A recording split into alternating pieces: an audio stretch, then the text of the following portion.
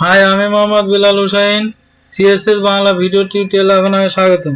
এখন আমি আলোচনা করব সিএসএস ভিজিবিলিটি সম্পর্কে। কোনো উপাদানকে প্রদর্শন করা হবে কিনা তা নির্দেশ করার জন্য সিএসএস ভিজিবিলিটি প্রপার্টি ব্যবহার করা হয়।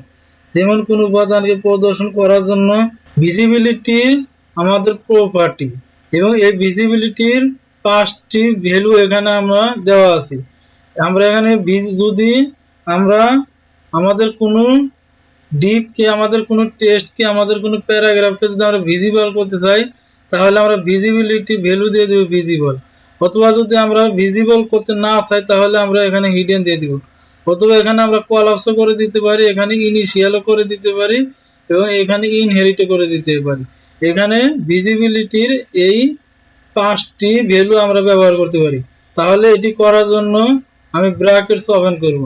দেখুন, ব্র্যাকেটস ওপেন করার পর আমি এটি হচ্ছে আমার index.html ফাইল। index.html ফাইলের মধ্যে আমি একটি হেডিং 1 ট্যাগ লিখেছি। দিব বর্ডার 2 পিক্সেল সলিড রেড কালারের বর্ডার চাই আমি, এই জন্য আমি এখানে রেড কালার দিয়ে দিব, 50 পিক্সেল দিয়ে দিব।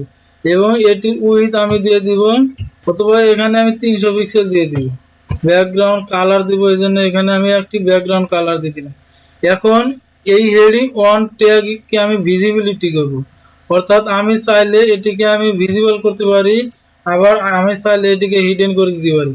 তাহলে এটিকে আমি ভিজিবল করার জন্য এখানে আমি ভিজিবিলিটি প্রপার্টি ব্যবহার করব। দেখুন, ভিজিবিলিটি বেশ কয়েকটি প্রপার্টি আছে। আমি যদি এটাকে যদি কলাপস করে দিতে চাই, তাহলে আমি এখানে শুধু কলাপস করে দিব। তাহলে দেখুন, ভিজিবিলিটি কলাপস হয়ে গেছে। আবার আমি এই ভিজিবিলিটির মানকে আমি এখানে হিডেন করে দিব, তাহলে দেখুন হিডেন হয়ে যাবে। দেখুন, আমার এই ভিজিবিলিটি অর্থাৎ এই h1 ট্যাগটি এখানে হিডেন হয়ে গেছে।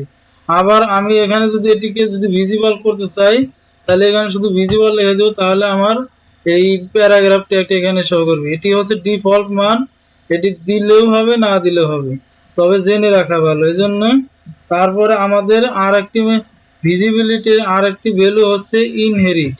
এখানে ইনহেরিট লিখে দেব, তাহলে দেখুন এখানে ইনহেরিট হয়ে গেছে। তাহলে এভাবে আমরা ভিজিবিলিটি প্রপার্টি ব্যবহার করে আমাদের HTML এর কোনো ট্যাগকে, কোনো ডিপ ট্যাগকে, কোনো কন্টেন্টকে আমরা ইচ্ছা করলে এরকম ভিজিবল করতে পারি এবং ইচ্ছা করলে হাইড করে রাখতে পারি। আশা করি ভিডিওটি ভালো লেগেছে। ভিডিওটি লাইক, কমেন্ট, শেয়ার করবেন। এবং আমি আমার চ্যানেলে বিভিন্ন ধরনের শিক্ষামূলক ভিডিও পোস্ট করে থাকি। আপনি এই ধরনের কোনো ভিডিও যদি পেতে চান, তাহলে অবশ্যই আমার চ্যানেলটি সাবস্ক্রাইব করবেন এবং পাশে থাকা বেল আইকনটি প্রেস করে অন করে দিবেন। ধন্যবাদ সবাইকে।